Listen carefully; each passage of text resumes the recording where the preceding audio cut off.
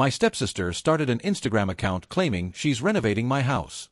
It got 50K followers before I found out. I never thought I'd be posting here, but after everything that's happened over the past 8 months, I need to get this off my chest and maybe help someone else recognize the warning signs before things spiral like they did for me. This is going to be long. I've tried to include every detail because I think the progression of events is important for understanding how these situations can escalate. I'm Marcus, 29M, and I've been working as an HVAC technician for about 7 years now. It's honest work, pays well, and most importantly, it taught me enough about home systems that I felt confident enough to buy a fixer-upper 2 years ago. The house was a 1940s craftsman bungalow in rough shape, needed new HVAC, obviously handled that myself, updated electrical, refinished floors, foundation work, new plumbing in the bathrooms, and about 100 other things. But it was mine. First person in my family to own a home, and I was proud of that achievement. I'd saved for 6 years, working overtime whenever I could, to put together the down payment. My stepsister Kelsey, 25F, came into my life when I was 15. Her mom Diane married my dad after my parents divorced, and while we were never close, we were cordial. Holiday dinners, occasional family barbecues, that kind of surface-level relationship. She was always a bit self-absorbed, obsessed with appearances and social media even back in high school, but I figured that was just her generation. She was constantly taking photos of everything, curating her online presence, talking about personal branding, before that was even a mainstream concept. I didn't think much of it at the time. That was my first mistake. The discovery. It started about 8 months ago when I got a call from a company called Lux Bath Pro asking to speak with a homeowner regarding our partnership agreement. I told them I was the homeowner and had no idea what they were talking about. The woman on the phone seemed confused, mentioned something about an Instagram collaboration, and said she'd follow up via email. I gave her my email address, assuming it was some kind of scam or wrong number situation, and went back to work. I forgot about it until a week later when a massive box showed up on my porch. Inside was a $2,000 freestanding soaking bathtub, the kind you see in luxury bathroom magazines. Beautiful piece, actually, with those claw feet and everything. No invoice, no return address beyond the company name. I was completely baffled. I called them back, thoroughly confused, and that's when I learned about at Restoring Rosemont. Apparently, my stepsister Kelsey had created an Instagram account 8 months prior documenting her journey, restoring her grandmother's historic home. She'd been posting photos of my house, my renovation projects, and presenting them as her own work. The account had 47,000 followers. 47,000 people thought my stepsister was some kind of DIY renovation queen. I sat in my work truck for 20 minutes just staring at my phone, scrolling through the account. The bio read, 25, preserving family history one room at a time, interior design enthusiast, DM for collabs, links below. There was a link tree with affiliate links, a P.O. box for fan mail, and an email for business inquiries. Every photo was my house. My kitchen mid-renovation, with the cabinet doors off and primer on the walls. My living room after I'd spent 3 weekends refinishing the original hardwood floors. I'd posted about that on my own Facebook, and she must have saved the photos. My bathroom before I'd replaced the ancient plumbing. The built-in bookshelves I'd restored by hand, sanding and staining each shelf individually. She'd even posted photos of me working, from behind, so you couldn't see my face, with captions like, "Sometimes you need to call in a professional for the big stuff." So grateful for skilled tradespeople who respect historic homes. She was talking about me, her stepbrother, as if I was some hired contractor she'd graciously employed. The comments were full of praise. "You're doing amazing work. Can't wait to see the final reveal. This is goals. You should have your own HGTV show."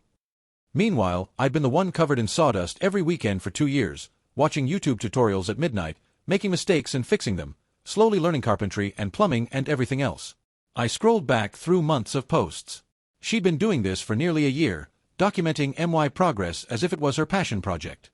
There were sponsored posts for paint companies, tool brands, flooring retailers, all featuring my house. One post for a power tool company had gotten over 5,000 likes. She was making money off my labor, my investment, my home. She'd even done a Q&A where followers asked about her renovation process, and she'd made up elaborate answers about learning from my grandmother's spirit and honoring the craftsmen of the past. Our grandmother, by the way, is still alive and lives in a modern condo in Phoenix. She's never owned a historic home in her life. The whole narrative was fabricated.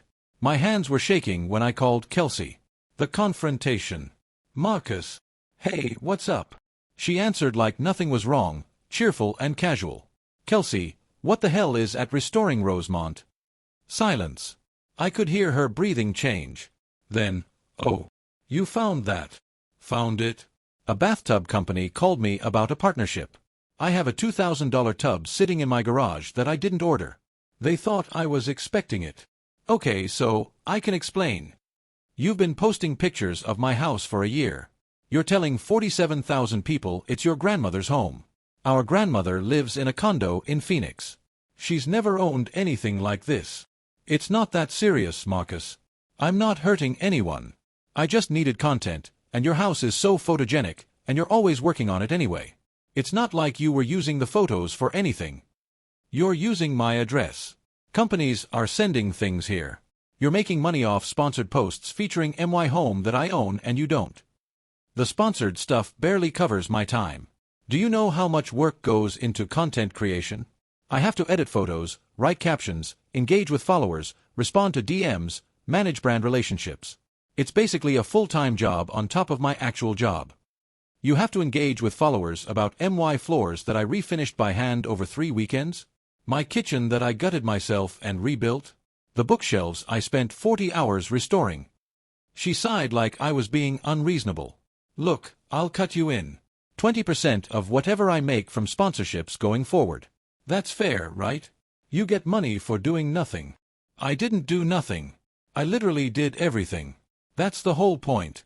Every single thing in those photos is my work, my money, my time, my house.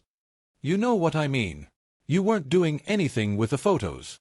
I told her to take the account down immediately. She said she'd think about it, and hung up. She did not take it down. In fact, she posted a new photo that evening, my front porch, which I just repainted the week before, with a caption about almost there on the exterior restoration journey. Update 1. The Escalation, 2 weeks later. 2 weeks after our phone call, I came home from work to find a white van parked in my driveway and 2 strangers with camera equipment on my front porch. A woman I didn't recognize was standing in my yard, pointing at my house and talking animatedly to a man with a clipboard. There was a second man setting up a large reflector near my newly restored rose bushes. "Can I help you?" I asked, still in my work uniform and carrying my lunch cooler. "Oh, are you the contractor?" the woman asked brightly. "Kelsey said you might stop by. We're just getting some B-roll of the exterior for the episode. The afternoon light is absolutely perfect right now. That golden hour glow is going to look incredible." "I'm not the contractor. I'm the homeowner. And I didn't authorize anyone to film here. This is private property." The clipboard guy frowned, flipping through his papers. "Kelsey said she owns this property. We have a signed contract for a sponsored video series with Homestyle Network. 3 episodes featuring the restoration of this home. Pre-production started 2 months ago." I pulled out my phone and showed them my driver's license with this address. Then I pulled up the county assessor's website on the spot and showed them my name on the deed, the purchase date, the mortgage holder, everything. "This is my house. Kelsey is my stepsister. She has no ownership, no financial stake, and no right to be here or send anyone here without my permission. She's never contributed a single dollar to this property." The woman's face went pale. The clipboard guy started making phone calls. Within 15 minutes, they were packing up their equipment, apologizing profusely. Before she left, the woman mentioned, her voice tight with stress, that they'd already paid Kelsey a $5,000 advance for the 3-episode series. $5,000. For access to a house she didn't own, to film work she didn't do. That night, I documented everything. Screenshots of every post, every sponsored partnership mentioned, every company tagged. I downloaded the entire account's content using a web archive tool. I created a spreadsheet tracking dates, engagement numbers, and any monetary references I could find. Then I started making calls. First, I called my dad. "Did you know about this?" "Know about what?" I explained the situation in detail. The account, the sponsorships, the film crew that showed up at my house, the money she'd taken for a series about a property she doesn't own. His response was disappointing but, honestly, not surprising. "Marcus, she's just trying to build a career in a tough industry. Can't you let her use a few photos? It's not like it costs you anything. You should be supportive of her dreams." "Dad, people are showing up at my house with cameras. Companies think I have contracts with them." She accepted $5,000 for something she can't legally deliver. "This isn't about photos, this is fraud." "That's a strong word. She's family. She's your wife's daughter. And she's committing fraud using my property. The law doesn't care about family relationships. He tried to smooth things over, suggested we all have dinner and work this out like adults, without lawyers getting involved. I declined. Update 2. The companies start calling, weeks 3 to 6. Over the next month, I received 14 deliveries of products I didn't order, flooring samples, light fixtures, cabinet hardware, paint in colors I'd never choose, a chandelier that was completely wrong for the house's style, tile samples, a farmhouse sink, various decorative items. 6 phone calls from companies asking about partnership deliverables, and wondering when they could expect the content they'd paid for. 2 cease and desist letters from brands claiming breach of contract, contracts Kelsey had signed using my address and apparently my name in some variation. 1 very confused representative from a home improvement show asking why I'd cancelled our scheduled filming and whether I wanted to reschedule. 3 emails from influencer marketing agencies wanting to expand our partnership opportunities. I kept meticulous records of everything. Dates, times, names, screenshots, email threads.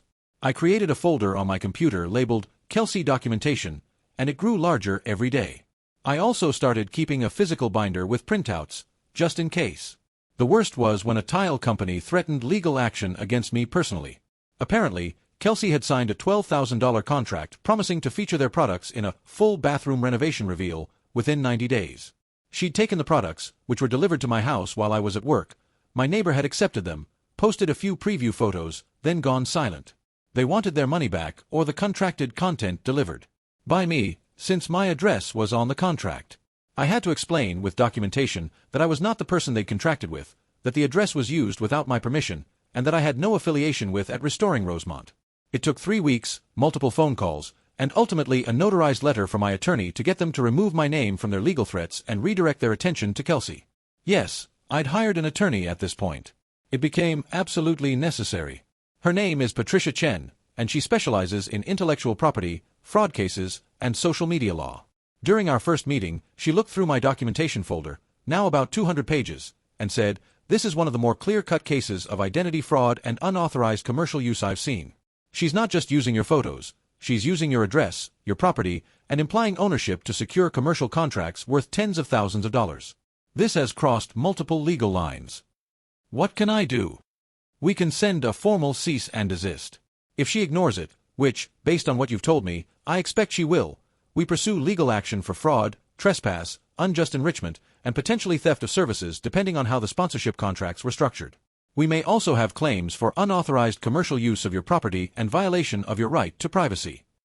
And if she takes the account down immediately, then we assess damages for what's already occurred and decide if it's worth pursuing compensation.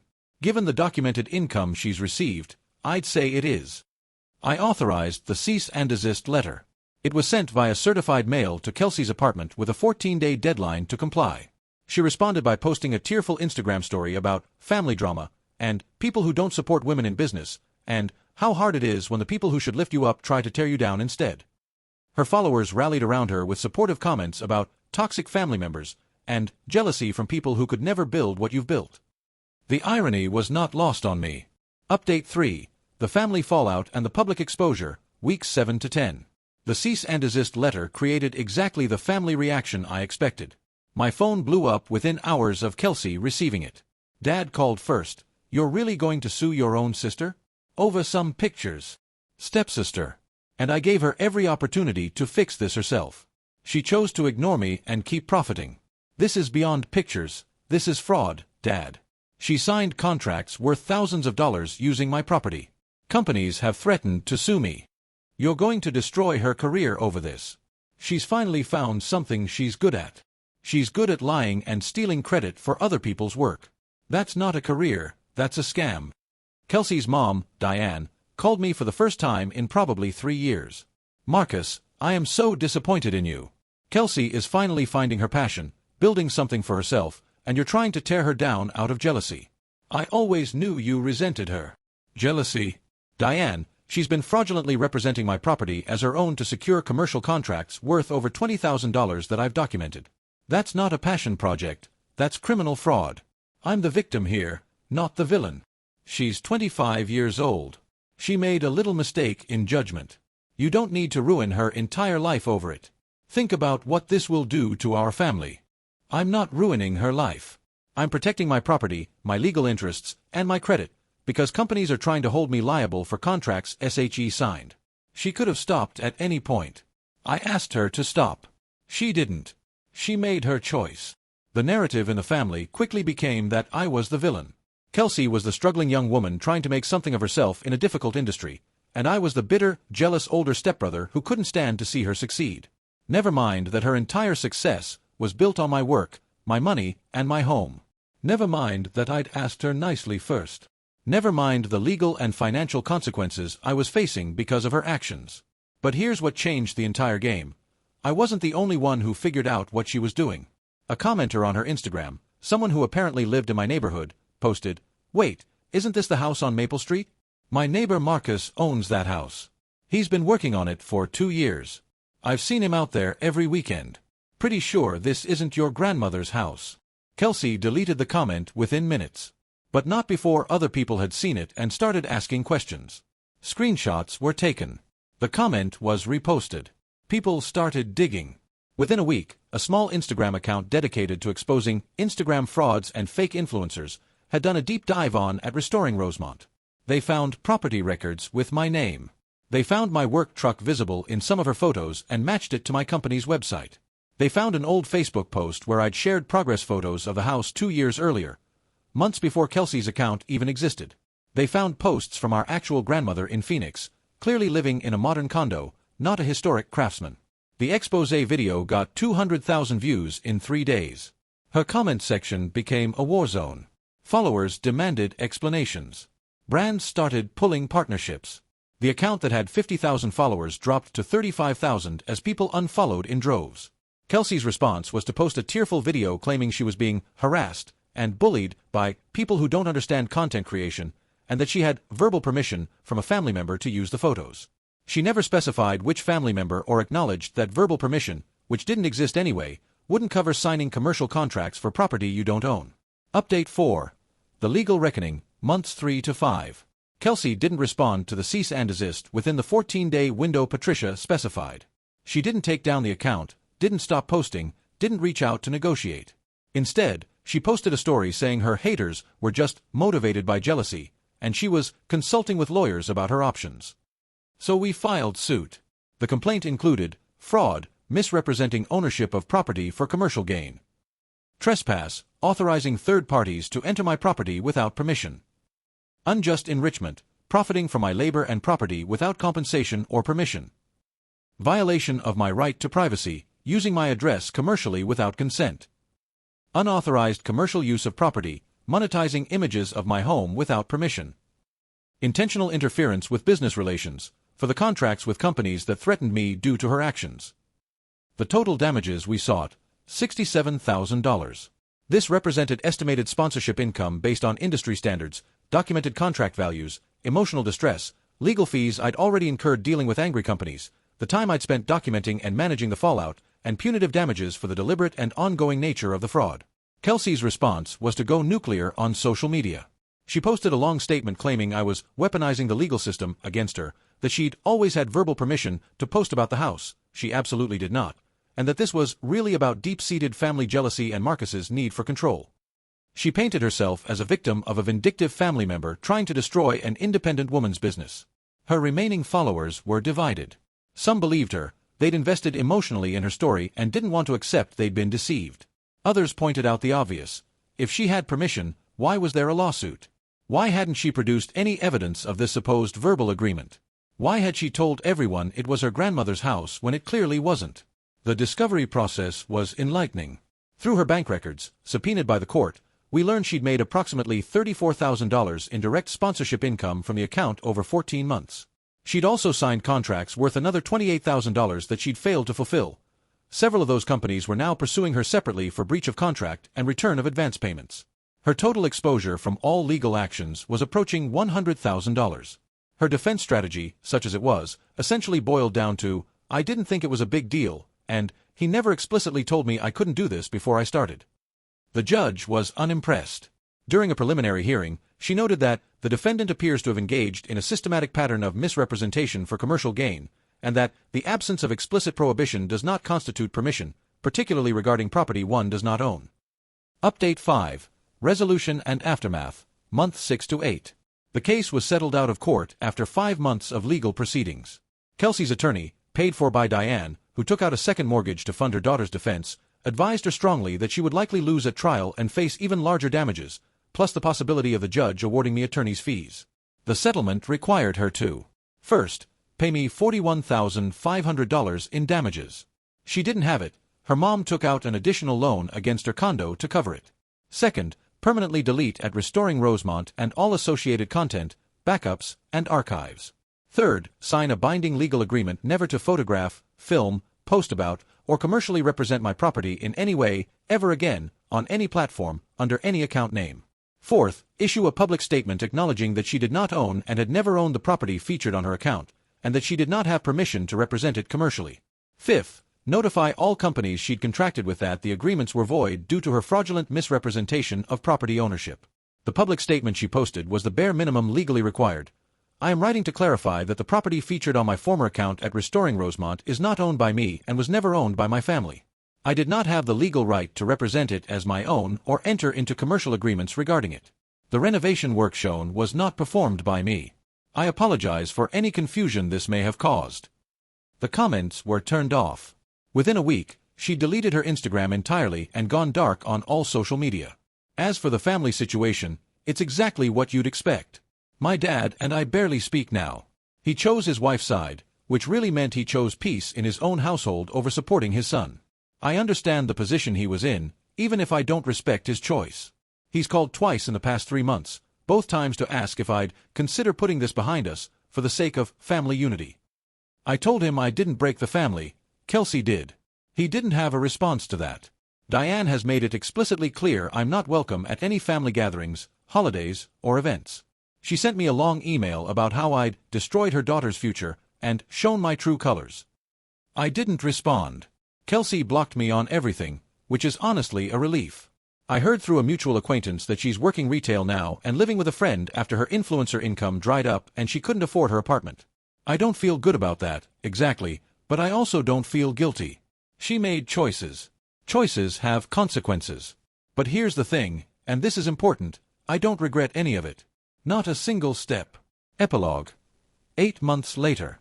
It's been about 8 months since the settlement. The house is coming along beautifully. I finished the master bathroom last month. Used that bathtub the company sent, actually. Turns out they let me keep it after I explained the situation in detail and showed them some of my legitimate renovation photos with proper documentation. They even offered me a small sponsorship deal for a real, honest testimonial on their website. I politely declined. I'm not interested in being an influencer. I just want to finish my house and live my life in peace. I did start a small private Instagram account where I share progress photos with close friends. It has 47 followers, mostly co-workers, guys from my bowling league, and a few friends from high school who've been following the renovation journey through Facebook posts over the years. Someone commented recently that I should go public with it because the work is really impressive and people would love to follow along. Hard pass. I've had enough of public Instagram accounts connected to my house to last a lifetime. I learned something important through all of this, something I want anyone reading to take away. Boundaries aren't optional, especially with family. The people who actually care about you will respect those boundaries. The people who don't, who expect you to sacrifice your property, your work, your legal standing, your peace of mind for their benefit, reveal something crucial about how they see you. And sometimes, protecting yourself means accepting that certain relationships were never what you thought they were. Do I miss having a relationship with my dad? Honestly, yes. The relationship I thought we had, anyway. Do I wish Kelsey had just apologized, taken the account down, and made things right when I first called her? Absolutely. That would have been the end of it. I would have been annoyed but willing to move on. But I can't control other people's choices. I can only control my response to them. My response was to protect what was mine, document everything meticulously, hire a professional who knew the legal landscape, and see it through to the end no matter how uncomfortable it got. And now I have a beautiful 1940s craftsman bungalow that's almost finished, a much clearer understanding of who I can actually trust, and apparently a pretty good story for Reddit. If you're dealing with something similar, someone using your property, your work, your identity for their own gain, please know that you have options. Document everything. Consult a lawyer who specializes in this area. Don't let anyone tell you it's not that serious, or that you should just let it go because they're family, or they didn't mean any harm. Intent doesn't matter when someone's profiting off your work and exposing you to legal liability. Family relationships don't grant people access to your property, your labor, or your life without your consent. And sometimes, the most important renovation project isn't the house. It's rebuilding your boundaries and learning who actually deserves to be inside them. TLDR, my stepsister created an Instagram account presenting my fixer-upper house as her own family home restoration project, gained 50K followers, secured sponsorship deals worth tens of thousands of dollars, and sent strangers to my property for photo shoots, all without my knowledge or permission. When she refused to stop after I confronted her, I hired a lawyer and sued her. She was forced to pay $41,500 in damages, delete the account, and issue a public statement admitting she didn't own the property. My dad took her side, and we barely speak now. No regrets. Edit. Thanks for all the support in the comments. To answer some common questions. Yes, the bathtub looks amazing in the finished bathroom. It's honestly one of my favorite features now. No, I haven't heard from Kelsey since the settlement. I don't expect to. Yes, Patricia, my attorney, was worth every penny. If you're in the Pacific Northwest and need someone who handles these kinds of cases, DM me and I'll share her info. For those asking about the house, maybe someday I'll share photos. But for now, it's just mine, and that's exactly how I want it. And to everyone who's dealt with similar family situations, you're not alone, you're not overreacting, and protecting yourself isn't selfish. It's necessary.